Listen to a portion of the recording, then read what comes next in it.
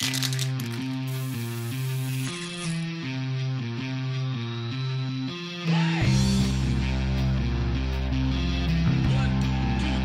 who are you?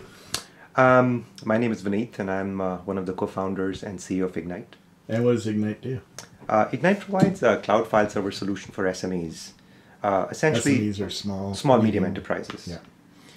And so I worked at Microsoft. I know they have SharePoint, and they're probably selling SharePoint to the same customers. Why do we need you?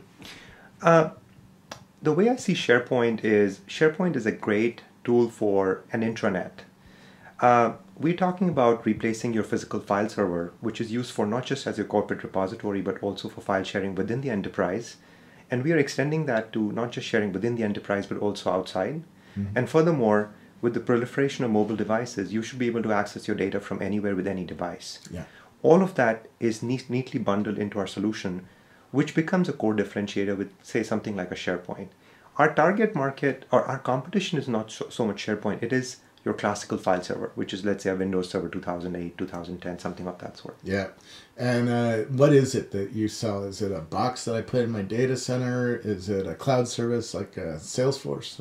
It's a cloud service. Okay. So essentially, in today's age where people are very loath to buy hardware and therefore incur this huge amount of capital expenditure, they want a nice operational expense subscription service.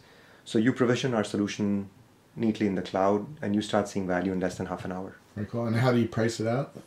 It's based primarily, even though fundamental unit is you get storage with us, we don't price by storage per se. We actually price by number of seats. Mm-hmm. So you could start with a single seat account to a 5 or a 25 seat account.